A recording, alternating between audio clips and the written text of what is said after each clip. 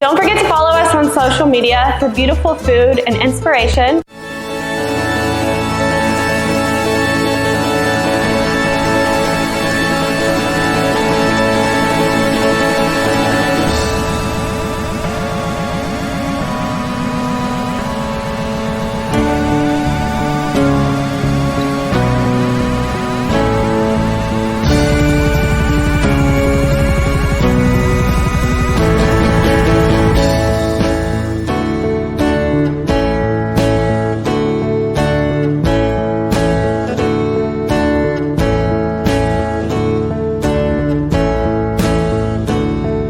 The same people every other day, but we never say hey, cause we're never looking the way, or my face was in my notebook, we passed each other, didn't look. But these are the people of the towns, of the towns, the towns, of the towns. And large cities are just a bunch of big small towns, overlapping side by side, big small towns.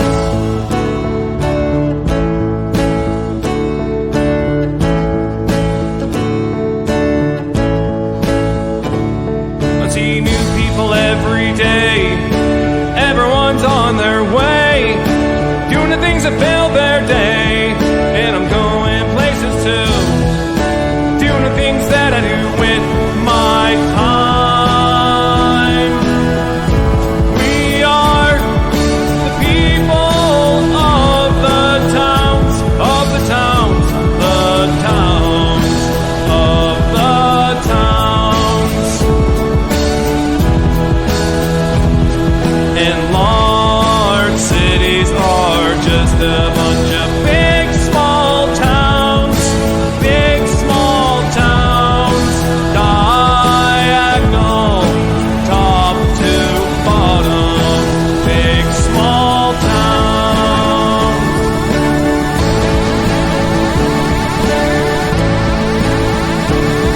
Be nice to the people of the towns, once in a while look around, cause what's going around's coming around. What came around's coming around.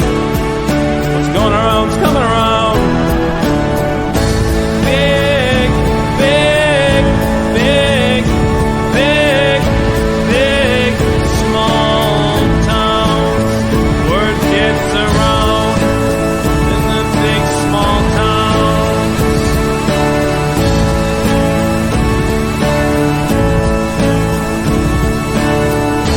Big, big, big, big, big, small towns. Word gets around in the big small towns.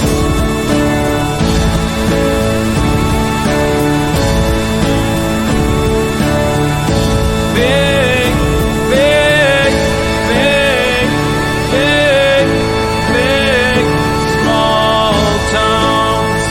Word gets around in the big small towns. Hey everybody, welcome to Downballot. We do this show live every Tuesday, 7:30 p.m. Pacific, right here on Twitch. That's at twitch.tv/Echoplex Media. And of course, you can catch all of our live shows via audio only at eplex.xyz or on the TuneIn app by searching Echoplex Radio.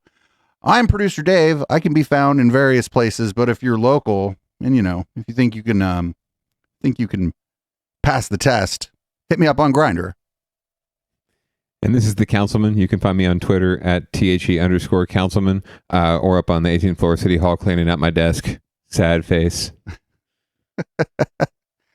Well, we missed a show last week, but that's okay. It was a fairly slow news week, and there will be no show next week because my birthday falls on a Tuesday, and the last thing I want to do is cover local news and then have a band come in and have to set them up. So we know. Are we allowed to sing happy birthday, or is that copyrighted?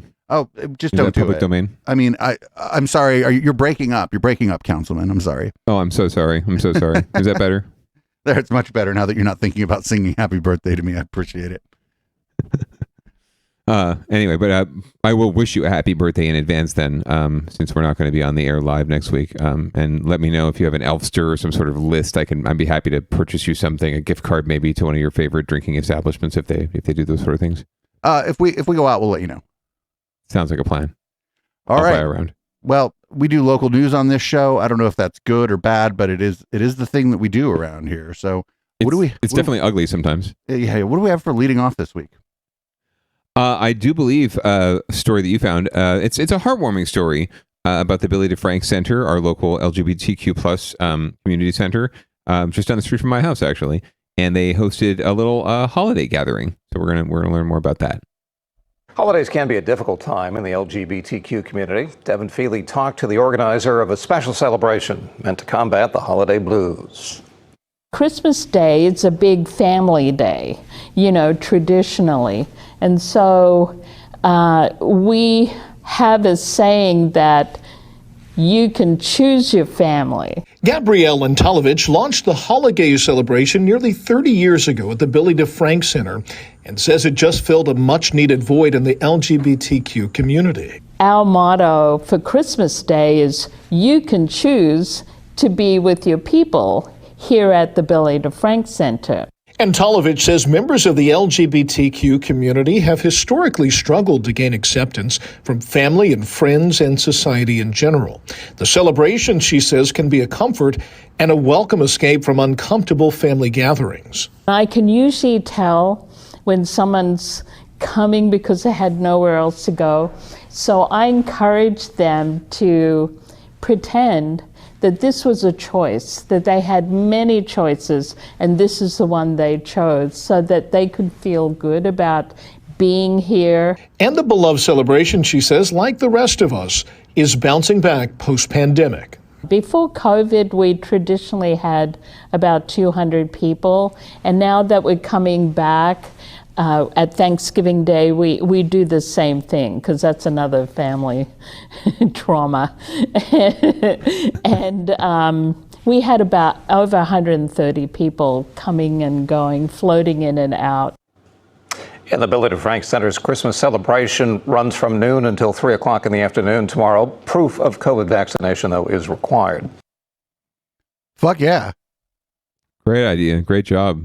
200 people. That's actually really fabulous turnout. It must be a fun time, I would imagine. That room would be packed. So hopefully they got that many. Yeah. I mean, however many they got, I'm sure it was fine. I'd been to many events at Billy DeFrank Youth Center, and I used to donate my time when they did the gay prom. I would always DJ for free for them when they did the very gay cool. prom here in San Jose. It was a long time ago. It was when people knew who I was as a DJ. Now I'm just like a talk show host that everybody's like, I guess we'll watch this channel again. So back when there was some actual value to your DJing, and you could make it a donation, as opposed to now you have to kind of give it away regardless. I could still demand pay at some events, but certainly not at things like the Caravan or Bike Party. Absolutely. You're pretty fly for a white guy. Oh man, that's good. That's a good story, and I'm glad they're doing the COVID vaccine thing there. That's pretty good. I don't think I'd ever been to a holiday thing there, but I don't have those problems. I know a lot of people do have those family problems, and it's not just queer people. I mean, some people's families just suck, and they're not even. You don't got to be queer for your family to suck. Yeah, in general, and some folks just don't have any family to go to. So that's fantastic that they do that. So. More power to them. I'll see if I can volunteer some time next year, maybe to help out. That seems like it'd be a good fun time. I'll bring the good wife and the bad baby. We'll make a family excursion out of it. We'll choose our own family. And not only that, it's only noon to 3. So if you wanted to go volunteer or whatever to help out, you could still do your regular family gathering as well. No, it's actually the perfect time. It's right in the middle of when our families would normally be eating, so we could have a legit excuse not to go. We would have options, and we would choose our own family, because sometimes our families can be a little bit much, shall we say. Oh yeah, especially since you had a baby. I bet I don't know, they're all excited and that's nice, but I bet after the sixth or seventh person that's like, oh my God, I'm so glad you had a baby. You're like, oh my God, shut up. It's more that everyone loves babies and they love to hold babies and to touch babies, and as long as it's not their baby. Right. And then when the baby starts crying, it's like, oh, it's your baby. Here you go. So yeah, it's more like that. And everyone wants a piece of the bad baby. And the bad baby's like, no, man, I'm doing my own thing. Tell the truth. Tell the truth. Were there any of your relatives you were hoping the bad baby threw up on? Oh, absolutely, 100%. You're like, oh, please barf, please barf. Did the next best thing and just like cried almost instantly on being passed to the person. So that and the person was insistent that they knew how to get the baby to not cry. So like, they would not have at it. Right, like one of my aunts, like, baby starts crying. She's like, here you go. Right, back to dad. She knew what she was doing. Other relative, not so much. Like, I can fix this. So like, anyway, you get parenting, good old parenting tips right here on Downballot as well, not just local news and derp. So tune in every Tuesday at 7:30 live. I mean, for fuck's sake, we have to do something worse than we do the news. So parenting tips would be the one, right? Dadvice. Hashtag Dadvice. Dadvice with the councilman. Well, oh man, there's a show coming. There's another. No. We'll have one listener. Listener. So we're going to move on to winners and losers. This is the segment of our show when there are no winners. But if there happens to be a winner, it was probably not who you were rooting for. Although I think the last time we did a show, we had a winner that we were rooting for. But I think that might have been in Downballot Watch. I'm not sure.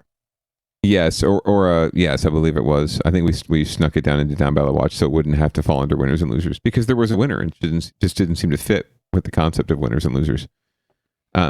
Anyway, so it looks like COVID is the real winner here, and we're all the losers.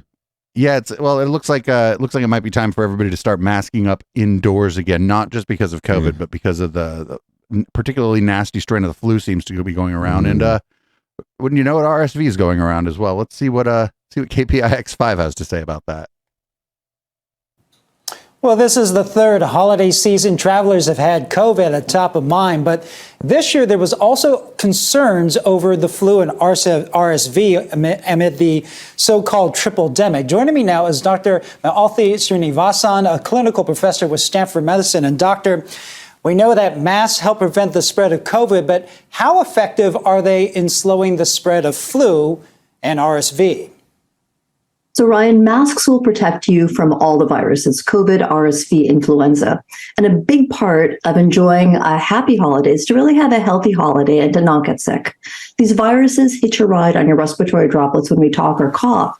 And you want to wear a high quality mask like a surgical mask or a KN95 or N95 mask to really make sure you're protected. But you have to make sure when you wear them that you have actually a good seal around your nose and mouth. And you can do this pretty easily by just taking a deep breath in and out while you're wearing one. Your mask should collapse when you inhale. You shouldn't be able to feel any air around your face when you exhale, and your glasses shouldn't fog up.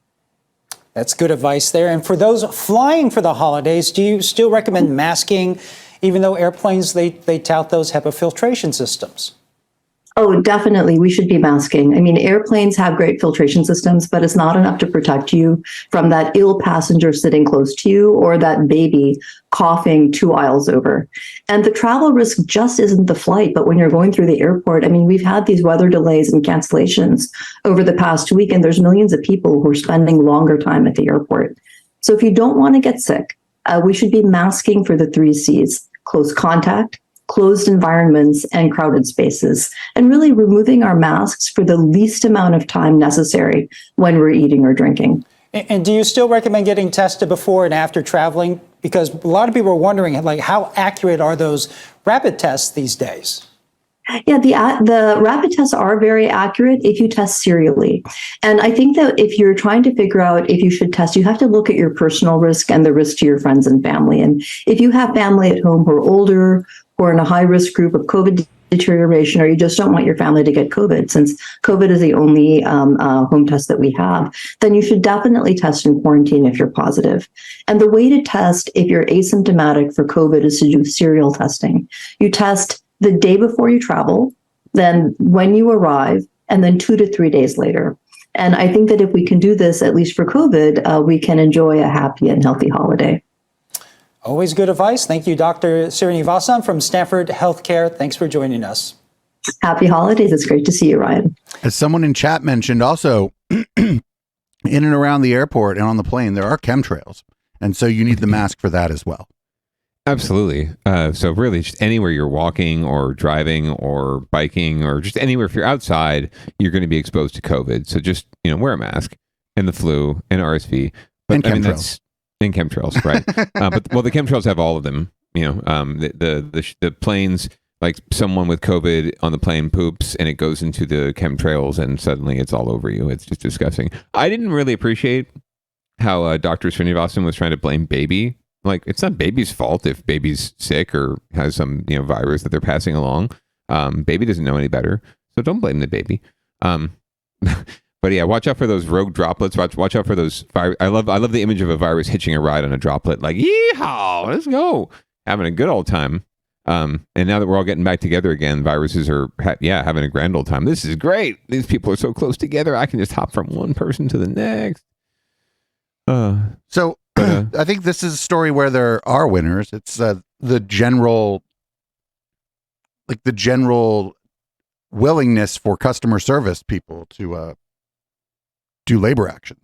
That was kind of a big new thing in 2022. Yeah, I'd say many customer service positions, people in customer service willing to engage in strikes, walkouts, trying to unionize and whatnot. Those people had definitely been left out of what little unionization was left in the private sector. And it seems like this year that's been stepping up a little bit. And good on those people. You should definitely band together and try to get more from your employer. And it looks like the people at Macy's were none too happy with Macy's. So what better way to fuck Macy's over than to go on strike the 2 days before Christmas? Let's check out a local news story from that. Okay, they're not selling, but they are picketing. 2 days before Christmas, retail workers at the Macy's store in San Francisco's Union Square walked off the job. What they want for Christmas is better pay and health care benefits. NBC Barry's Sergio Quintana joins us from Union Square. Don't shop Macy's! At Macy's flagship store at San Francisco Union Square, workers are asking people not to shop here. That's in contrast to what city leaders and Union Square retailers have been doing this Christmas season. They've practically been begging customers to return to the retail district, hoping people would get back to some of their pre-pandemic shopping habits. For Macy's union members, the big issues are money and health care benefits. This strike comes after employees overwhelmingly voted down a contract offer from Macy's this week. What the company is offering is completely insufficient to what the workers have had to go through for the last 3 years. The wages are inadequate. The health care is really bad. One employee who didn't want to speak on camera also shared photos of what she described are the unpleasant things they have to deal with at this location. In one photo, a used condom and theft control cables are in a corner, evidence of what the employee describes as rampant theft. In another photo, a pile of clothes soaked in urine. Employees say this store location is often unsafe, and they say the company doesn't do much to help. I was told by my ex-security manager that if you see somebody who steal, don't let them handle it. And then because if I do, I'm going to lose my job. Employees are hoping that this 2-day demonstration before Christmas will prompt the company to go back to the negotiating table for what they hope will be better terms to a new contract. We reached out to Macy's for an interview on the strike and contract terms. Macy's spokesperson Julianne Olivo replied with a short statement. At Macy's, our top priority is to ensure the safety of our colleagues and customers. Our Macy's Union Square store remains open to customers and employees. Some customers continued into the store despite the picket line. Others were sympathetic to the picketers. What do you think of a demonstration in front of Macy's 2 days before Christmas? I think it's effective. If they want to get their point across. The strike continues tomorrow. The store will be closed Sunday on Christmas Day. Employees say they plan to return to work on Monday, and they're hoping Macy's will offer them a better deal. In San Francisco, Sergio Quintana, NBC Bay Area News. Oh my God, during the pandemic at the fucking Macy's store in San Francisco, think of the entitled motherfuckers who went into the Macy's and maybe the store was short staffed because people were out sick or people just quit because a lot of people quit their jobs during the pandemic. So you got all these entitled motherfuckers coming in there. Oh, what they dealt with during the pandemic at like these sort of, and Macy's isn't like really high end. It's like pseudo high end retail, right? It like high end retail is a place where the shit is expensive. Macy's, your shirt is $5 more than at like I don't know, like Target, right? It's not really a high-end retailer. Yeah, I mean, real talk. Sergio Quintana, where'd he get that sweater, right? Probably at Macy's, I'm guessing. Before the strike. Maybe Lululemon. Maybe he stole it from Lululemon. Maybe he bought it on eBay after they got robbed from Lululemon. Oh man, but yeah, I mean, I'm certainly not crying necessarily for Macy's or at Macy's at all. And yeah, good, like you said, good on the workers. I think the winners here are in general a lot of service workers out there who are organizing in more robust ways, and it's really the labor movements that's leading that charge. It's not so much like I mean, certainly there's organic worker uprisings, right? But this is generally being driven a lot by big labor, like labor writ large. And it's a good thing to see. I think they see an opportunity, of course. I mean, they're always looking out for their bottom line too. So this is a great opportunity. There's a huge market out there for them, if you will, of workers who are being neglected, mistreated, underpaid, and overworked. And it would behoove them to look at more private sector unionization. And UFCW is one of the leading forces for that. They've unionized, grocery store workers, cannabis workers. So they're one of the leading unions in terms of organizing private sector employees. So good on them. And we shall see who the real winners and losers are. I did like the people who would take the flyer and still like walk in, like, oh, I'll take your flyer, but I'm still gonna go shop and get my Macy's shit. Maybe they took the flyer and they're like, you know what, fuck it. I'm just going to stand somewhere in the way, actually, and just be inconvenient. Right. I mean, if they really wanted to get Macy's attention, they would deflate the Charlie Brown balloon before the Thanksgiving parade, right? You're talking direct action now, huh? Yeah, I think we really need to think about that. If they really want to get their attention, disrupt that parade, and like throw spikes out in front of one of the high school marching bands or something. Oh my God! No, don't do that. My God. Blood on Park Avenue. Don't do that. Yikes.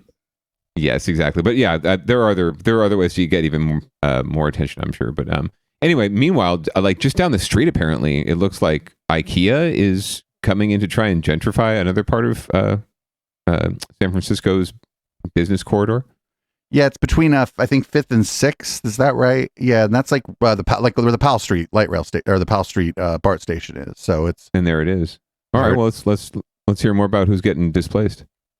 And some good news for San Francisco's struggling mid-market area. IKEA scheduled to open next year on Market between 5th and 6th. Our Dahlin reports many business owners and neighbors think that it'll help revitalize and clean up that part of town. The sign doesn't say when they're going to open, but we understand it's going to be in the fall of 2023. They're still trying to put the store together. We're moving in and opening. We need to put up with the furniture. Able to walk out with brand new furniture. IKEA will anchor this multi-story shopping mall. At around 87,000 square feet, it'll be smaller than the typical IKEA stores. For example, it's about a third of the Emeryville IKEA, which is 274,000 square feet. Even though if it might be a smaller one, hey, that's still drawers I can buy. That's still like shelving I can buy. Neighbor Adrian Tafoy. I mean, that's what you say until you try to put it together, buddy. 6th Street. He says aside from the convenience, it'll help push the crime away. To be able to have just a little bit more cleaner streets, instead of some people, drug dealing on the side. Neighbors say there's a lot of open drug use and drug dealing on 6th Street, and it spills. Like here, get B-roll of dark people doing drugs. Owner Tootsie Adekari agrees. Drugs Fentanyl are major problems in the area. His restaurant is right across the street from the new IKEA. Make a clean everything, make a security. They will give the more security, people come more. Even though IKEA has its own food court, Tootsie points out his food is very different. It's from Nepal and North India. He believes it's a win-win situation since it'll bring more foot traffic to Market Street. We have Indian cuisine and Nepalese food.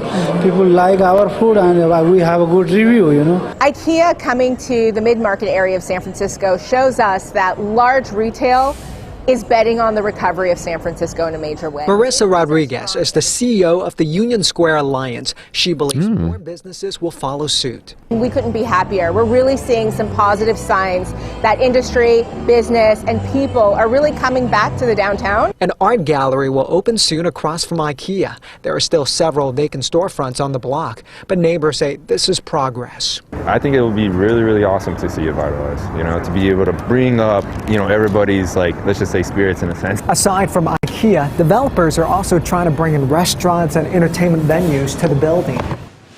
IKEA already has 2 stores in the Bay Area, in Emeryville and East Palo Alto. They've been working to open a store in Dublin as well, but there's no timeline on that Dublin opening. All right, thanks.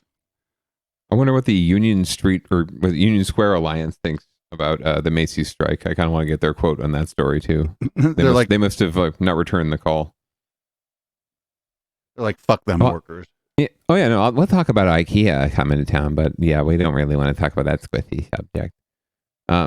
Anyway, well, yeah, I guess the joke is the store is still in assembly mode, right? Well, the jokes are actually happening in chat. Somebody's holding it down there. It was a pretty good chemtrails joke. Jokes about Dublin, Ireland, and someone wrote the instructions for the store in Swedish. the union contractors couldn't read them. Yeah, if the store is behind schedule, we're going to have so many really bad jokes about the store opening being behind schedule. They're going to be like, I don't know how to put this elevator together. It's just like 4 sheets of paper with pictures. The front door doesn't fit. It's like there's a gap. Why is there a gap? There's one screw left. How am I supposed to put this whole store together with 2 Allen wrenches? I don't understand. I mean, I guess it's good, but the place they're describing, it's near the most popular, it's where you get off in downtown San Francisco from BART. This isn't like right across the way. Like if you go across the street from there, it's Union Square. Yeah, it's not as though this is not a popular, heavily trafficked area of town already, right? Like this is the heart of San Francisco. This is downtown San Francisco. So it's not as though I don't get the sense that any section of that has been like completely dead or dying or in danger of falling away. You know, someone's going to move in there eventually. IKEA is not saving the world. They're probably taking advantage of low rent, more than likely, or lower rent. Yeah, or a sweetheart deal from the city, or and they're doing IKEA mini pequeño IKEA, the express IKEA maybe. So it only takes like 8 hours to find your way through and get your shit, right? As opposed to the typical all day package. You're like, I just want a desk that'll fall apart in 3 years. Where do I find that? My phone just or my watch just fucking talked to me. I don't know. I think it thought I was talking to it, but it's trying to give you instructions for a bookcase. It's transcribing everything I say. Oh, that's of course it is. That's what else do you think would happen when you buy a watch? Freaking Tim Cook. My phone is freaking transcribing all my cuss words too, spelled correctly at least. Your watch is cool. Like you have a naughty mouth, sir. You have a very, very bad mouth, sir. Anyway, so I guess shop at IKEA, don't shop at Macy's, and watch out for flying condoms. And also, really important, I want to try out that restaurant that they like. Nepalese food is really good. Have you had it before? Yeah, I've had it. There was delicious. a place we used to get delivery from. It was Nepalese and I forget what else now. It was Indian and Nepalese. I forget, but it was very good. Maybe or Indian. Yeah. But now I don't live on the west side anymore, so I can't get that. So very comforting, very spicy, very good. So up next they had mentioned Dublin, but right next to Dublin is San Ramon, and this is, I guess, don't go to the fucking In-N-Out in San Ramon because this kind of weird shit will happen to you. Are you filming yourself eating? Yeah. You're a weird animal. What? If they're on a date, that looks like a straight couple. Another homophobic and later in that same video, racist outburst in the Bay Area going. This might be staged. In San Ramon, since that video was posted on TikTok, San Ramon Police Department said they have received complaints about similar behavior from what appears to be the same man. San Ramon police. Oh, nope, that's not staged. That guy afterward did his guy own definitely video. said all those things. He did his own video, vertical video on Facebook Live. He's like, I saw some weird homosexuals filming themselves eating in the In-N-Out. This is America. He was doing a Facebook Live as he was confronting them about their TikTok video. He was way meta. He was totally meta. Get it? Did you see what I did there? I was meta. It's about similar behavior from what appears to be this man accused of harassing Irene Kim and Elliot Ha at an In-N-Out on Christmas Eve. Neither knows what caused the man to walk over and start talking to them, but they quickly realized he wanted to start trouble. It was a shock, to say the least. In the video, you can see the energy change when he approaches for a second time. I'm sorry, my bad. I didn't say anything. You didn't say anything? No, sir. Elliot and I were shaking and stuttering towards the end of it. The back and forth. Whoa, Elliot's got a nice mic. You see that? Continuing to ask homophobic and racist questions. He'd be podcasting. The alarm bells were ringing inside our head, like we are in danger. Eventually the man left, but Irene and Elliot say he stood outside staring at them. And he was staring us down for 10 to 15 minutes through the window, and his gaze never averted from us. Eventually he did leave. Store employees walked the two out to their car. We made sure to ask the workers, could you guys walk us to our cars? We need to make sure that he's not still around. And the workers were just super helpful. Since the video was posted Saturday night, it's got nearly 6 million views and tens of thousands of comments. Community within the comments, if that makes sense, is all very wholeheartedly supportive of, stopping Asian hate, movements against PSC in general. In the meantime, San Ramon police are still searching for the man at the center of it all. Looks like that guy Josh from Oreo Express, who we cover on another show. Looks like really? a dead ringer for Josh from Oreo Express. Could it possibly be him? Maybe the guy's from Fresno. No, I don't think so. I don't think it looks okay. I'd say it looks a little like him. Like the bells are going off. Yeah. It's weird. Are you Kim Jong-un's boyfriend? Is Kim Jong-un gay? I don't know. My impression is that they were on a date. Yeah, I mean, they're friends, quote unquote, but whatever. I mean, yeah, they're especially having animal style fries. You can interrupt people while they're eating animal style fries. That's like a sacred moment right there. That's almost like it's not like the Eucharist. Okay, fine, but still, it's close. Anyway, yeah, I don't know that this was staged or not, but I do know that the young lady definitely prepared for her on-camera hit after the event. But yeah, it looked like just another wackadoo who's saying wackadoo things. I was skeptical until they said, actually, we've heard of this guy doing this before, and then they showed a picture of the guy, and I'm like, nope, this is real. Yeah, it's definitely with that car. Yeah, that guy with the silver Mustang or whatever. Bitchin' Camaro. That guy. He's got a bitchin' Camaro. That's what it is, David. I got a bitchin' Trans Am out in the driveway. So what I did notice, and I notice this all the time, is a homeboy had a microphone for a podcast setup, but it was clearly his laptop microphone that you were hearing on the call. Fucking really missed opportunity. Sad reacts only. Oh man, yeah. We have a follow up. We have a follow up. Looks like they're outside of the same In-N-Out. Probably went to meet the news there. I don't know. Maybe they were like, you know what? Let's go find this guy. Fuck around and find out. Anyway, here's a follow up on that story. Let's see what happens here. Oh, is he couple targeted in? Yep, they were on a date. Yeah. There are some new developments in the racist and homophobic harassment that happened Christmas Eve at a San Ramon In-N-Out. Kim Jong-un's boyfriend, huh? You're Kim Jong-un's boyfriend? Whoa. Anyways, you can try the fries. Elliot Ha and Irene Kim were making a food review video when a man just started insulting and then threatening them. Now San Ramon police say they've arrested the suspect for violating California hate crime laws. Betty Yu talked to the victims tonight. Irene Kim and Elliot Ha came back to this same In-N-Out on Monday for burgers and fries, and they said they felt safe eating here. I spoke with them shortly after they gave their statements to the San Ramon Police Department. I'm gonna get spit in your face and it's a Filipino. What's a Filipino? Why were you acting mad? Dude, we can get assaulted.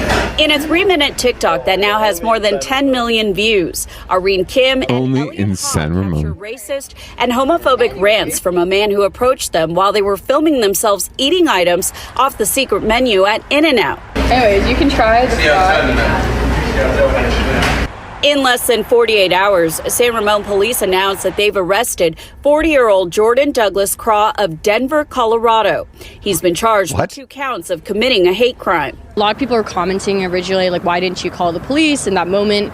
And I think for us, like, especially for a lot of people of color, a lot of Asian Americans that go through hate crimes, like, I've been verbally assaulted on more than one occasion, not to the degree that that man went to, but you know, like, most of the time you don't think that someone will ever really take you seriously. And when we were talking to the police earlier today, one thing that they mentioned that kind of stuck with me is nothing is too small to be reported, because they would rather be glad to get the call and figure out that it really is nothing rather than have it actually be something. Irene said someone recognized the suspect at a San Ramon Target and called police, who arrested him shortly after on Monday. It is mildly... I want to see the video of what he did to the poor people at Target. Everyone did they tow his bitch in Camaro? Positive people, because that's, you know, not the world that we live in. But for him, you know, I do hope that he finds, like, the help that he does need. And before his arrest, police said they received complaints about similar behavior from what appears to be the same man. Irene said she was contacted by another victim who had a run-in with the suspect on Christmas Day. She's Filipino. Her family is Filipino. He was hurling, like, racist insults at her and her family, as well as just he began spitting at them as well. Irene added that she was careful not to respond to the man in an aggressive way. When he was outside into the parking lot, I wasn't sure if he was going to his car to get a weapon or get a gun or get a knife. And, you know, in the world that we live in, sadly, that is something that we have to be, or the country that we live in, that is something that we have to be concerned about. I like her correction there. So grateful for all the support they have gotten. While they were in line today, in fact, another customer surprised them by paying for their food. Oh, you didn't even put that other customer on the news. The other customer was trying to get TikTok famous for paying for those people's food. You know, when you go around doing that to people, like, there's a difference. Like, and I talk about this kind of a lot, mostly on Twitter, is you'd go around and you do that to enough people in the real world, and eventually somebody's your fucking huckleberry, right? Like, eventually somebody's like, is it worth the night in the pokey? Yes, I think so. And so, like, I think it's probably better that these people get kicked out of these establishments, and that even if they're caught and released because there's really no like violent crime happened or whatever, it's better that happens than this guy continues to do this. And then eventually, eventually somebody's like, today is not the day, sir. You would like to see me outside? I would like to go outside with you right now, sir. You know what I mean? Yes. Like, yeah, absolutely. The escalation factor, or the de-escalation factor, is very large and very real. So that's why the officer told the young lady that, yeah, and even the smallest thing, or the young man, even the smallest thing, please report it, because you never know when it's going to escalate. You just don't know. And how many times do we hear about it when something does happen, a violent incident does happen, and you hear, oh, well, this guy said like 8 million fucking racist fucking things, and made violent threats up and down. But I didn't say anything because that's just Bob. He's a little wacky. So yeah, I think he may have actually broken a law when he was like, oh, I'll see you outside. What do you think I'm going to do to you outside? I think that's like, I think the other stuff probably isn't illegal, but I think that if a DA really wanted to push it, that I'll see you outside. What do you think I'm going to do to you outside? That's clearly, you can't threaten people with violence. Like, there are limits to your ability to speak, actually, and violent threats are one of those things that are past the limit. Yes, it is. Absolutely. Okay, so Stanford apparently put out a harmful language list and got some pushback. I was reading a little bit about this, and I'm kind of ambivalent on it because some of the stuff is kind of, people mean well, and I think that the people on the internet who are talking shit about it are talking shit about it for their own ends to kind of raise their own profile. But I think that maybe, and well, we'll let the video play, and I'll give some more of my thoughts afterwards, to the extent that I have thoughts that anybody wants to listen to. Okay, guru, that's why we're here. Brave, ladies, stupid. Some of the words now forbidden at Stanford. There is a list out of the university that's raising some eyebrows. They are so-called forbidden words. The goal, they say, is to eliminate harmful language on Stanford websites. Some other words include rule of thumb, immigrant, master list, black sheep, and abort. Critics note that one of the most controversial words on the list, though, is American. NBC Bears' Marianne Favreau says a lot of people think the university went too far with that one word. Vietnam veteran Louis Agrant Sr. of San Jose says he's stunned to hear Stanford put American on a harmful language list. When you go to war and you're out there in the battlefield and you're not thinking about being a U.S. citizen, you're thinking about what you are in your heart, and we're all Americans, and we should be proud of that. Stanford says its controversial word list is part of an initiative to eliminate harmful language, specifically in internal communication among the school's IT community. In a statement, the university said the intent of this particular entry on the EHLI website was to provide perspective on how the term may be imprecise in some specific uses, and to show that in some cases the alternate term, U.S. citizen, may be more precise and appropriate. Some say it makes sense. I would trust what Stanford is doing. I think there's probably a good reason for it, and it's not. Yes, you would. John Jennings disagrees. I take being an American completely seriously. And yes, you would. Having so many less freedoms in other parts of the world, USA has much freedom. So it just is hurtful to me that U.S. citizen, what is that? Doesn't even mean anything to me. Well, at least for that, we'll take the small victory where we can get it there that he doesn't give a fuck if you're a U.S. citizen or not, right? We'll take the small victory there.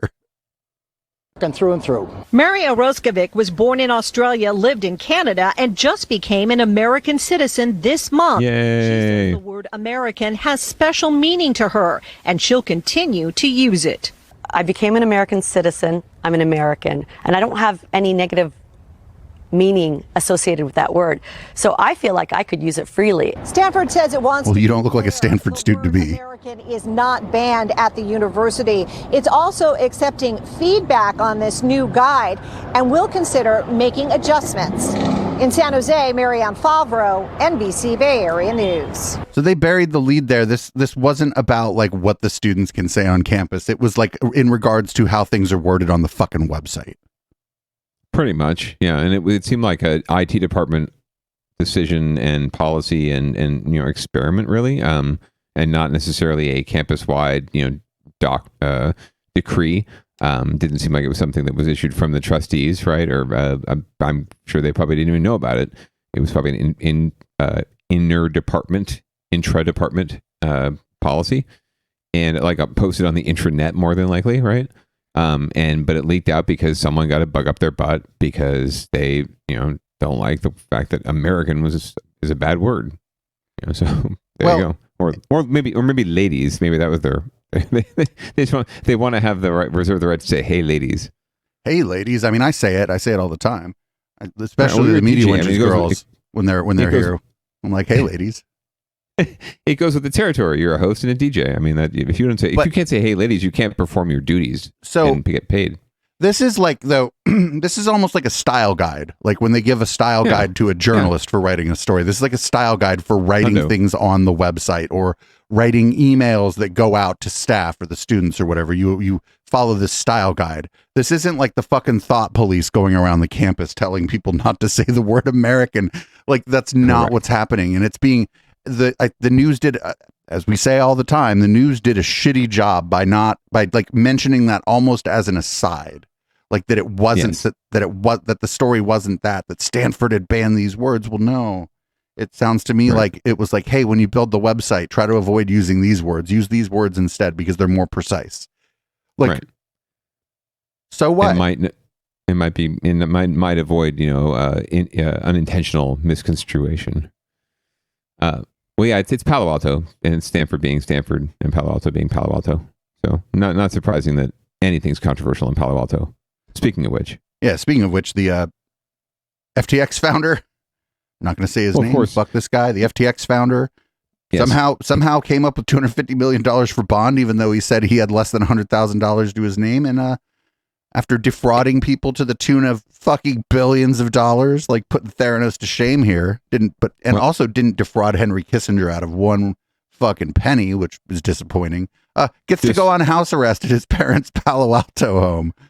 Come on. His parents, who are also, by the way, Stanford professors, I think. We'll find out more in a second. Oh, and they're knee deep in this shit too. We're going to find that out going forward.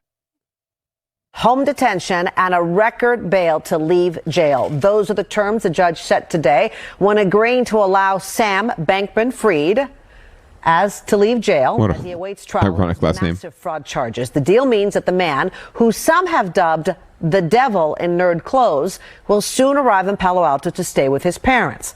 As our business and tech reporter Scott Budman found, the neighborhood is already anticipating the arrival of the disgraced king of crypto. Barriers are going up a few blocks from Sam Bankman-Fried's family home. What the fuck? The police are like, here, actually, we'll provide you security too. Don't worry about it. They're being put up by school security in anticipation of Bankman-Fried moving back home. But this is not a happy homecoming. As part of a bail deal reached today, Bankman-Fried has to stay in his parents' home as he awaits trial on multiple counts of investor fraud. He also had to post a $250 million bond, the largest in U.S. history. If you look up privilege in the Stanford Dictionary, I believe today there's a picture of Sam Bankman-Fried. And those watching That guy was waiting all day to say that on the news. A month. Say the new barricades and other measures are not just to keep the press away. Sam Bankman-Fried was involved in the crypto space. Let's be very, very honest and very transparent. There are some bad dudes in the crypto space. And if I lived anywhere near Sam Bankman-Fried's parents, I would get some cameras. As for those who hang out near Stanford, they're not too happy to hear Bankman-Fried is headed home. Grifter's going to grift, you know, like he's coming here. There's lots of money here. He's going to come here and try to probably get more money to help whatever sad defense he's going to have.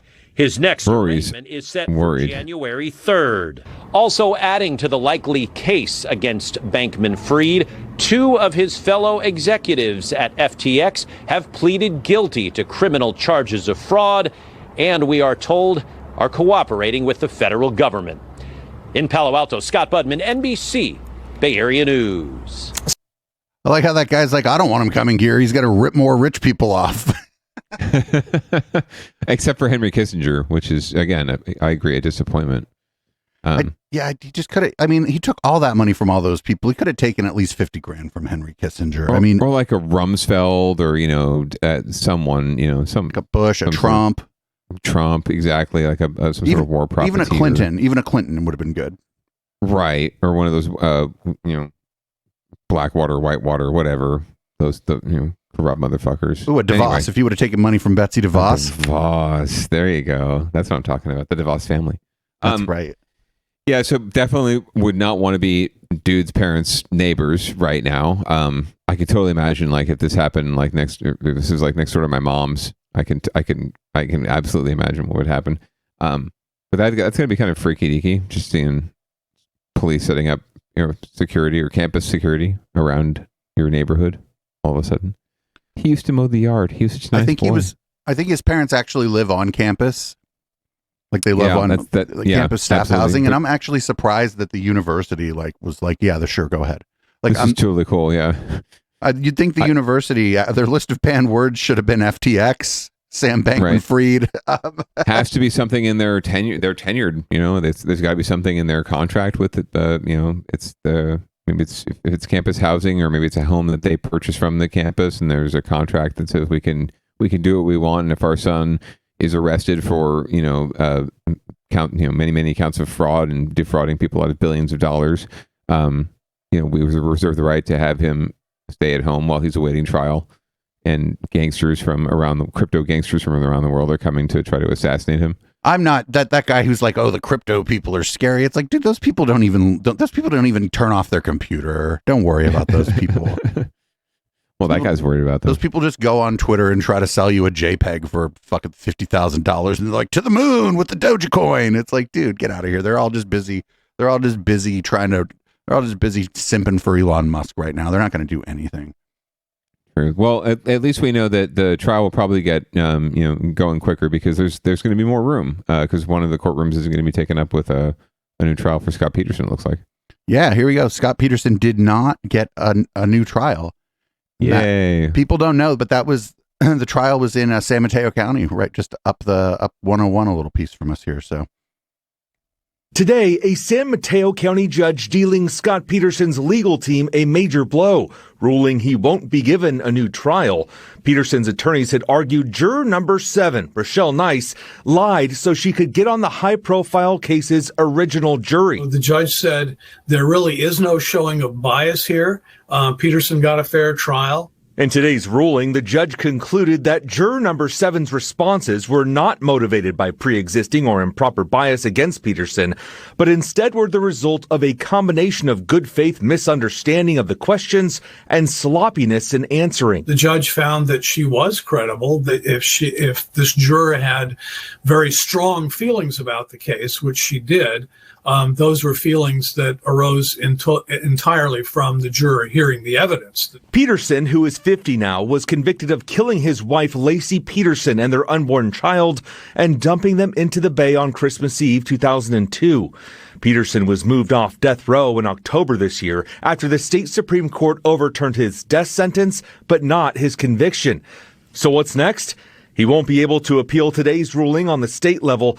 Legal analyst Dean Johnson says Peterson will now likely try to get his conviction overturned in federal court, but says it'll be difficult to do and take many years. Bottom line is, when Scott Peterson gets to federal court, he will be raising some, but not all of the issues that were raised in the state court. For now, Peterson will continue to serve a life sentence at Mule Creek State Prison east of Sacramento. Ian Cole, NBC Bay Area News. They're talking about an appeal to federal court. The odds that I think it would be with the Ninth Circuit that's around here would even take this up are like really, really slim. They don't tend to interfere in like convictions for like violent state crimes. They just tend not to interfere. That's like separate. That's supposed to be separate, right? Like the state has its own legal system. This guy didn't commit any federal crimes. So the odds that the federal court's going to get involved are like almost zero. Not that he shouldn't try. I mean, whatever. Like if he's still got money and his lawyers are still able to bill, I say bill this guy, bill this guy's family. Fuck it. Yeah, it's losers all around. I mean, the only real winner here is Justice and Lacey and the unborn child, but they're dead, so they're not really winning anything anymore. So yeah, it's nothing but losers in that situation. And hopefully he loses that again, and no one listens to him, and he gets to stay at Mule Creek forever. Although, prefer him being at San Quentin. They showed like stock footage of San Quentin. I think he'd be much better suited there with the rats and the cockroaches and the other. I have strong feelings about that. I don't think that anybody should be in the conditions that San Quentin is providing. I don't care what you did. Oh, well, I mean, I would agree with you there. Yes. And with all the better angels of my nature. But for this particular guy. Yeah, the real winners are his defense team, who are probably billing him at $300 an hour. Cha-ching. Dude, we are definitely in the wrong professions, no matter what we're doing. Me for sure. Anyway, right. Los Gatos, get your shit together. This is like, I can't believe, like, this doesn't seem like a Los Gatos thing. I thought the rich people in Los Gatos ran the show, and the city isn't like really inclined to stop them from doing things. This is dumb. We're gonna watch this video here, and I'm gonna tell you why it's dumb. A South Bay family spent big bucks and countless hours making this holiday display a very unique one. Yeah, this is a life-size version of the Polar Express. But just before they welcomed the community to visit, it was nearly sidelined because of code restrictions. NBC Bay Area's Marianne Favreau shows us how the neighborhood came together to help save it. All aboard the Polar Express. Since mid-December, about 700 people a night from all over the Bay. Lady, what's in those Solo cups? Right? To see Eggnog. this holiday display. The Polar Express made a stop in the South Bay this holiday season. Not only is there a life-size replica of the steam engine from the beloved children's book and movie, but you can also climb aboard a train car, have a seat, and enjoy your own hot chocolate experience. This Polar Express car is one of the goodest cars you would ever see. Oh my God, I love him. Appreciate the attention to detail. It looks like the real thing if you watch the movie. It's incredible. You can just walk through, sit down, pretend you're having some hot chocolate. These guys love it. For the Mack family, who owns a Pretend construction hot business, chocolate. creating this holiday magic in front of their Flint Ridge Drive home in Los Gatos is a labor of love. They started working on the project in November, meticulously recreating models and investing more than $20,000 to build both trains. I want to do something nice for the community. In addition to the steam engine, kids also enjoyed seeing reindeer, a Whoville display, and chasing snow. I saw you playing out here in the snow. What do you like about that? I got to eat it and get it out of my hand. But the Mack family says this display was almost sidelined when the town told them they had to take it down because of concerns the train car was taking up too much space on the street. So they started a community petition. We just wanted to kind of get the word out that, we worked really hard on this and we were really excited about it and we wanted to be able to share it with everybody.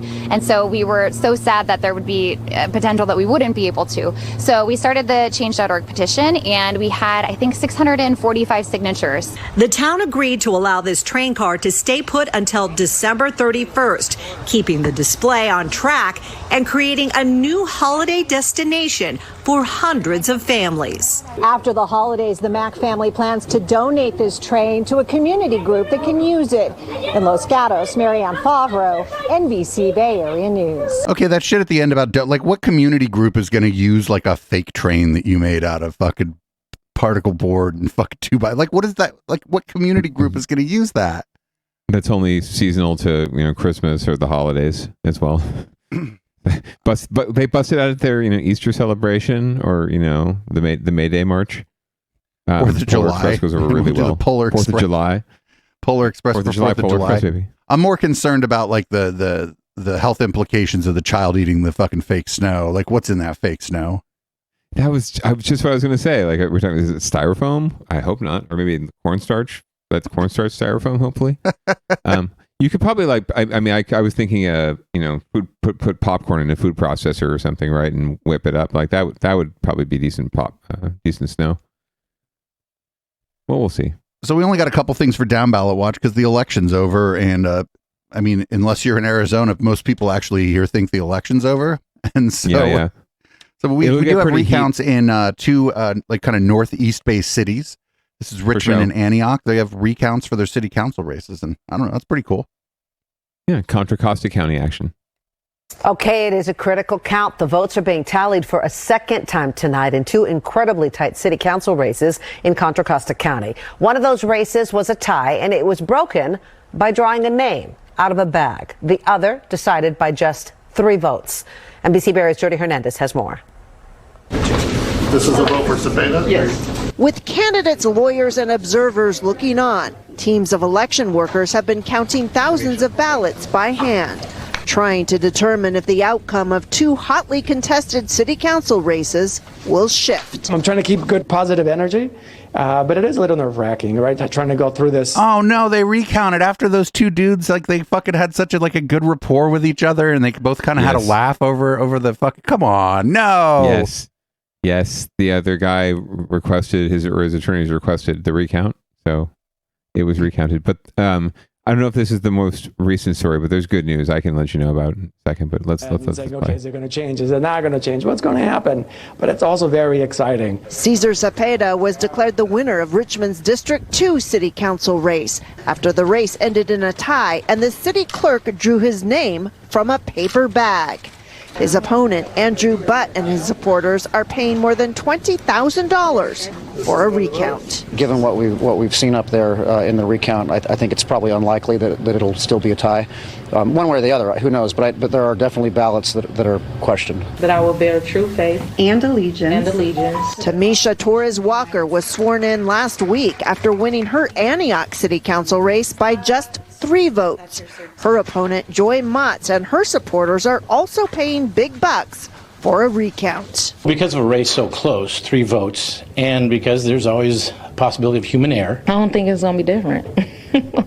I think I'm going to enjoy serving Antioch for the next 4 years. It's the first time in recent memory a process like this has taken place. This process has definitely made me one of those last-minute Christmas shoppers. The results of the recount are expected to be announced tomorrow once all the ballots are counted and the questionable ones reviewed. But it may not be the end of it.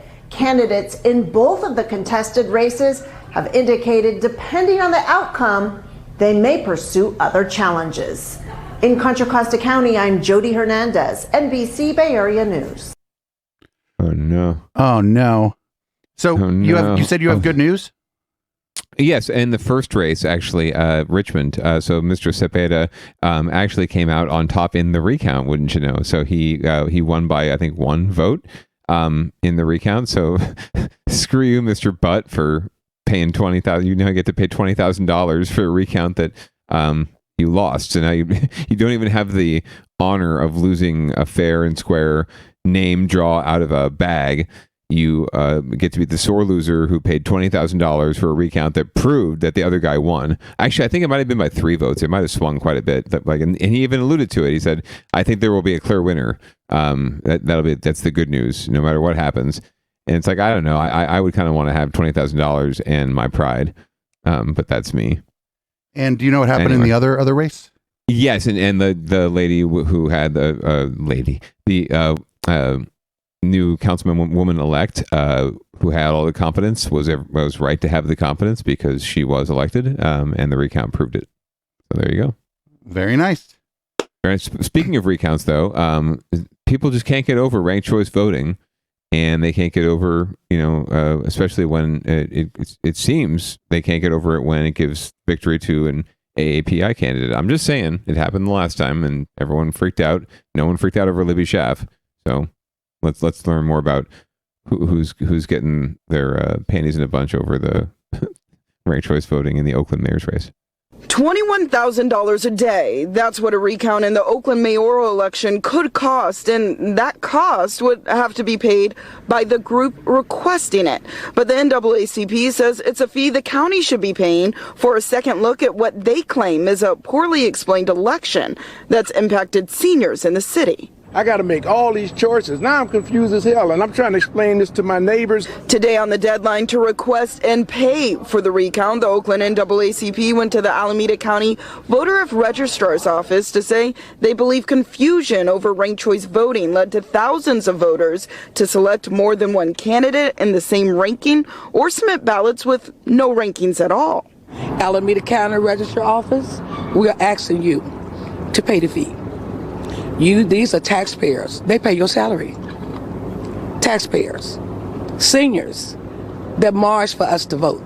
Ranked choice voting has been debated in Oakland for years. Mayoral candidate Seneca Scott believes voters were once again misinformed when they went to the polls. It should trigger an automatic recount after the amount of miseducation done by elected officials and the city clerk's office in the election that was decided by just over 0.5%.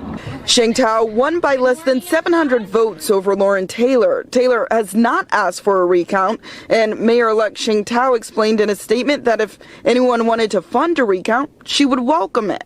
We just think that to satisfy these seniors and probably others, the recount needs to happen. With no payment, Tim Dupree from the county says the recount is forfeited, saying the election doesn't warrant an automatic recount and that the state election code prevents the county from paying for it. And we'll take those concerns and we'll talk with the city of Oakland as well, who's the election official for this race, and we'll evaluate what we can do to address some of these concerns. In Oakland, Valina Jones, NBC Bay Area News. Now, if the guy who lost doesn't want to recount, if I remember correctly, the guy who lost was like super gracious and cool. Like when we did our kind of a local roundup, he was like, I look forward to working with the mayor in any way I can. He was like super cool, cool, and seemed to like genuinely like his opponent. So I don't get it. Yeah, they're council colleagues and they got along, shared a lot of values. So it was going to be a win-win no matter who of them came out, it seemed like. And yeah, Councilmember Taylor was very amicable and conceded the race. And at the end of the day, a recount is not going to swing a 768 vote or whatever it was margin. That's just not going to happen. A dozen votes here and there, sure. Even with the way ranked choice voting works, it's not going to sway enough to swing that election. So go for it, pay for it. I feel bad if folks feel that they were misled or confused about how to vote, right, and what ranked choice voting is. I mean, you've had it in that city. It's not as though this is the very first election. And if we're talking about seniors, what are you doing in terms of your organizing? If there were so many seniors who don't understand ranked choice voting, now that you've had it for how many, 16 years or 12 years, I don't know how many cycles, you should, any organizers and any community groups worth their salt would be out there mobilizing and informing people and making sure everyone, and seniors especially, know what they're doing in terms of voting, right? So I'm surprised that they're surprised. And I think that the messaging, my messaging would be like, if any of this doesn't make sense to you, just pick one. On the first one, just pick one. If none of this makes sense, at least pick the person you'd like to win. Yes. Yeah, and you can single shot. You can just go one. That's it. And you don't have to rank them one through whatever. You can just rank one, and that's it. Right. And a lot of people did. Councilmember Taylor did win the majority of the first place votes, right? Or the majority, the most first place votes. Sorry, the plurality of the first place votes. And Cheng Tao won in the ranked choice reapportionment, basically. Right. Because she ended up being more popular amongst a broader swath of people. There's another system, and I don't want to spend too much time on this. There's another system called approval voting, where you just check all that you think are good, and then whoever gets the most of those wins. But there you go. Like I'm cool with this person. Yeah. I'm cool with this person. But regardless, if the person who didn't win, if the person who came in second isn't calling for the recall, in fact, I would set up the recall so that the person who came closest is the only person. Like, then they can bring in outside groups to help them. But I would set it up so that if the person who got second place doesn't call for the recall, then there's no fucking recall. Yeah, it should be candidate only. That's a really good reform. That would be a really good reform if you're talking about how to reduce the number of recounts. Ensure that it's only the candidate can request it. Now, granted, the other two cases, it would have been, it was the candidates requesting it and paying for it, by the way. There actually was another, just on a side note before we move on to another thing, there was another case in Sunnyvale that's still sort of in doubt or whatever. I don't know what you call it, but a city council race.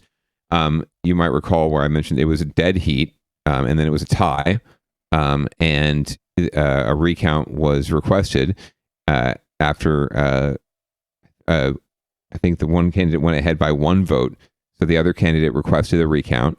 This is the second hand recount, turned out a tie. So they are now going to figure out what the process is going to be for determining how the tie is broken. Are they drawing names out of the hat, flipping a coin, whatever? But it's really up in the air in terms of who's paying for it, because the law says that the petitioner pays for it if it doesn't materially change the outcome of the race. Well, in this case, it created a tie, which hasn't necessarily changed the outcome of the race yet. So we'll find out, if once the tie is broken, if he loses, more than likely he's going to have to pay. But if he wins, he doesn't have to pay, and the city pays for the recount. So very interesting. So hopefully that'll hit the local news. We'll have some video of that soon, as well as a lot of other shenanigans happening in San Jose on the near horizon as we appoint new council members. Ooh, fun. Cool. Well, and another thing is almost always an animal or human interest story. And this time it's an animal interest story. And wouldn't you know it, wild hogs. More wild hogs. We talked to one homeowner who says he woke up to this morning after wild pigs turned his lawn upside down. And he says it's not the first time it's happened. Pigs on the prowl. This video taken by a neighbor Saturday night shows nearly 30 wild pigs. Saturday night. Heading toward a home. It's Saturday night, let the fucking hogs roam, baby. For show. Apparently, the swung back again last night, because this is what Carol Duran woke up to this morning. Awful. It's like, wow. Okay, we can't repair this now. There's no reason to repair. You can't repair it like this. She says the pigs have rototilled her lawn before, but this is the most damage she's ever seen. This is a lot of mess that homeowners have to take care of, and it's not a cheap things to fix. She also says the pigs ransacked her garbage can. took our garbage apart. I mean, we had... You're trying to steal our identity. Wildlife experts say the pigs often head down from the hills into neighborhoods in search of grubs, which thrive in moist soil. And it looks like they found some in Michael Coquila's front yard. My lawn is upside down. It happens often. Just how often? Michael says the hungry hogs have pigged out on his lawn about a dozen times since 2005. Still, he's taking it in stride. It's funny to me because I like him. They're just looking for food, and we moved into their neighborhood. They've been here before us. A California Department of Fish and Wildlife spokesman says this is one of the risks of living on the so-called urban edge next to open space. Possible solutions include artificial turf, fencing, and hazing without harming, such as making loud noises. The California Department of Fish and Wildlife also recommends that homeowners use a paint gun to try to scare the wild pigs away. In San Jose, Marianne Favreau, NBC Bay Area News. Thank you, Mary. Like every year or every 6 months, we have one of these stories about these people that move like up on the hill, right? And then they're like they're like stunned. They're like, why are there pigs here? And it's like, well, you moved up on the hill, you know all that other wildlife. You like all the birds and stuff. Well, that's not the only wildlife up on the hill. There's fucking hogs there, and they're going to eat your lawn. I don't know. Correct. Put in like a rock garden in my tree. Put in like a koi pond or something. Make them go fishing. Turf. My God. Artificial turf. What were they saying? Noisemakers. Paintball guns. That I think Michael Coquillo had the best attitude of it all, right? Like, hey, I live out here on the edge. They were here before us, and this is just, this is how it is. It's nature. What are you going to do? Oh yeah. Do the real estate agents tell these people about this when they move in? Do they go, hey, this is a really nice house, but the fucking pigs are going to mess your lawn up every few years? Fuck no. They're like, oh, it's Willow Glen. Almaden is the new Willow Glen. You'll be fine. Oh, they're just redoing their lawn. It's no problem.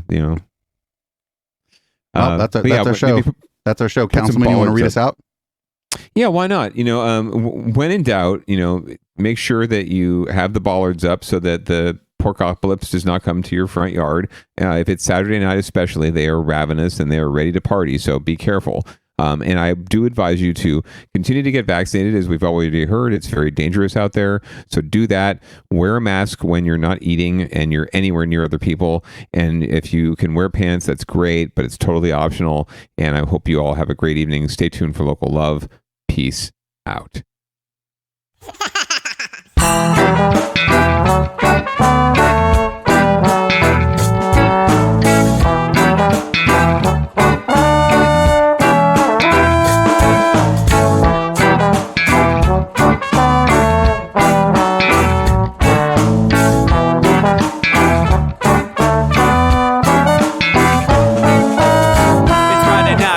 Time to get the party started. Pick up my phone just to check and see who's calling. Dress up real nice for the ladies at the bar, and I'm driving in my car just to get to where they are.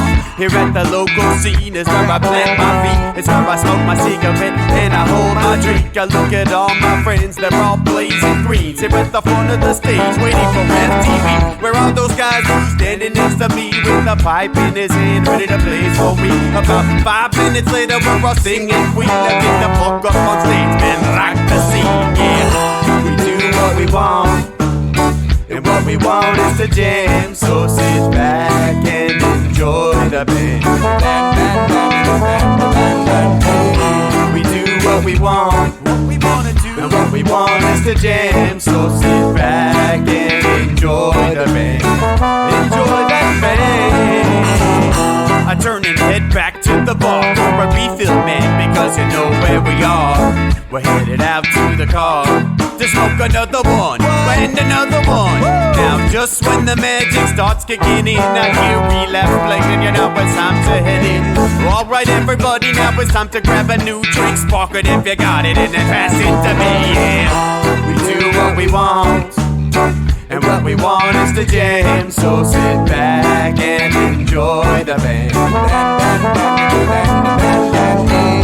We do what we want to do, and what we want is to jam. So sit back and enjoy the band. Enjoy that band. Last up on the bill for the show tonight is Down and Dirty at 5, so we're headed outside to spark up up another joint now. Who's got my lighter? Stoner E, of course. Shouldn't you be inside? I'm all up in this bitch, being who I gotta be. I'm fucked up like the U.S. economy. The truth is that I don't think logically. Stoner E take you on a psychedelic odyssey. Now inside motherfuckers is rockin' me, and outside shit we smoke a lot of broccoli. Rocky the roller, yo, the sexy girl be jockin' me. Ain't too drunk to fuck, but I'll probably do it sloppily. We do what we want to do, and what we want is to jam. So sit back and enjoy the band. Enjoy the band, enjoy the band. We do what we want to do, and what we want is to jam. So sit back and enjoy the band. Molly say that he like jamming, and he hope he like jamming too. Well, I gotta say, thank you, Bob, we do. Yes, I gotta say, thank you, Bob, we do. Well, Bob Marley said that he like jamming, and he hope he like jamming too. Well, I gotta say, thank you, Bob, we do. Yes, I gotta say, thank you, Bob, we do. Yeah, we do what we want, and what we want is to jam. So sit back and enjoy the band. We do what we want, and what we wanna do, what we want is to jam. So sit back and enjoy the band. Enjoy that band. We do what we want, what we wanna do, what we want is to jam. So sit back and enjoy the band. Enjoy that band.